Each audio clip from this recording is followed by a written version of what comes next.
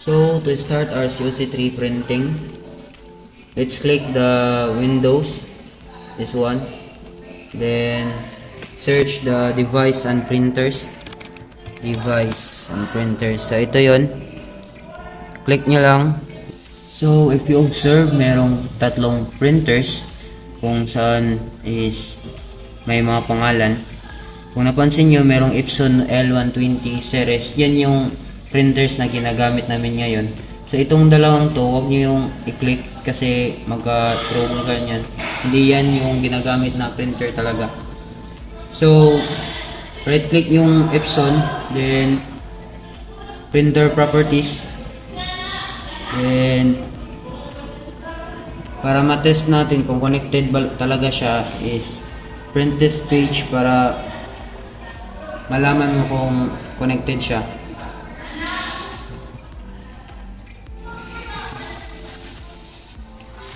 Then i-close nyo lang.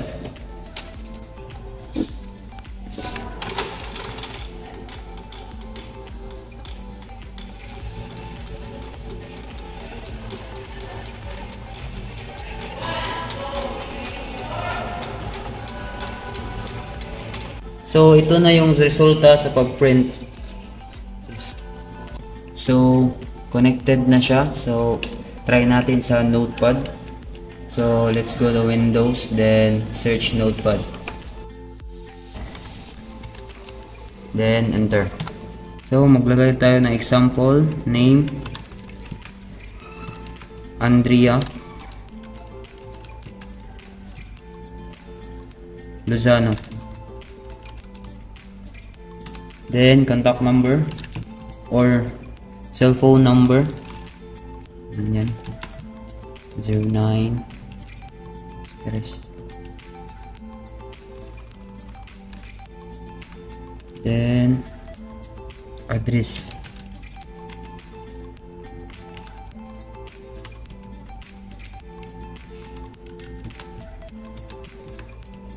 Rock 7A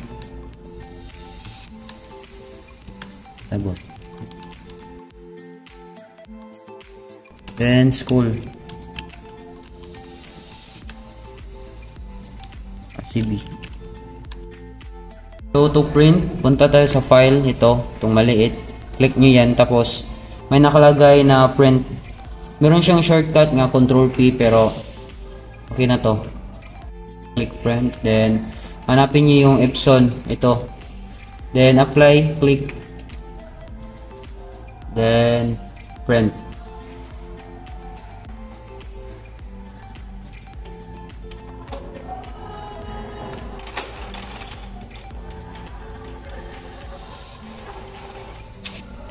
So na-print na siya, ito na yung labas niya. So done na ang pag-print niya. So try natin sa client. So para mapunta siya sa client, i-share natin yung printer. So close natin to. Don't save. Close. Okay. Then sa pag-share is right click nyo to. Then printer properties pa rin. Tapos click nyo yung sharing. Tapos merong box sa gilid ito. Check nyo yan. Tapos apply. Then okay. Since tapos na siya sa sharing, so punta na tayo sa client. So ito ng client. Sa pag-check natin kung na-share na ba siya, punta tayo sa File Explorer. So ito yun. Then dito sa network, tapos click nyo yung server. So napansin nyo merong Epson L120 series. Ito yung na-share natin na printer. Para ma-connect siya, i-right click nyo lang, tapos connect, click, connect. So hintayan lang natin saglit.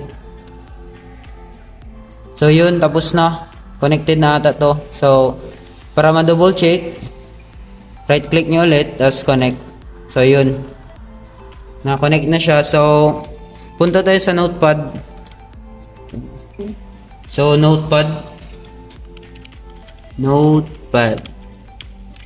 Yan. Then, enter.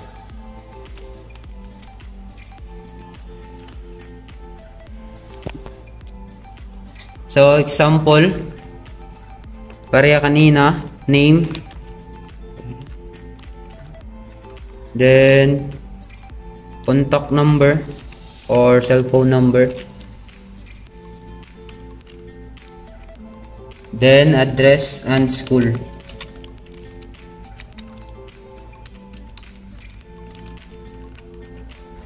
Yan. So, lagyan natin. Name, Andrea. Lozano. Oh, ibahin natin.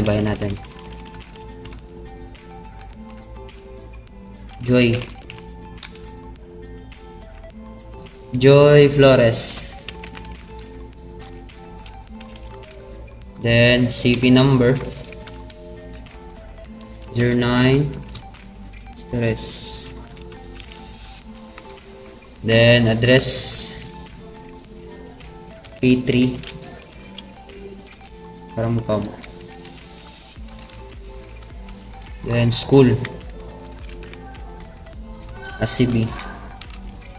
So kagaya kanina sa pag-print is like click nyo lang yung itong file tapos click print, then click yung Epson, yan, naka-click na, then click yung print. So yun, so yan, mag-print na yan, print na. So ito yung kalabasan sa pag-print nya. So yun na yung na-print galing sa server na shared siyang to client, then ginamit yung printer para ma-print yun. So yun lang sa printing COC. Goodbye, God bless, thank you.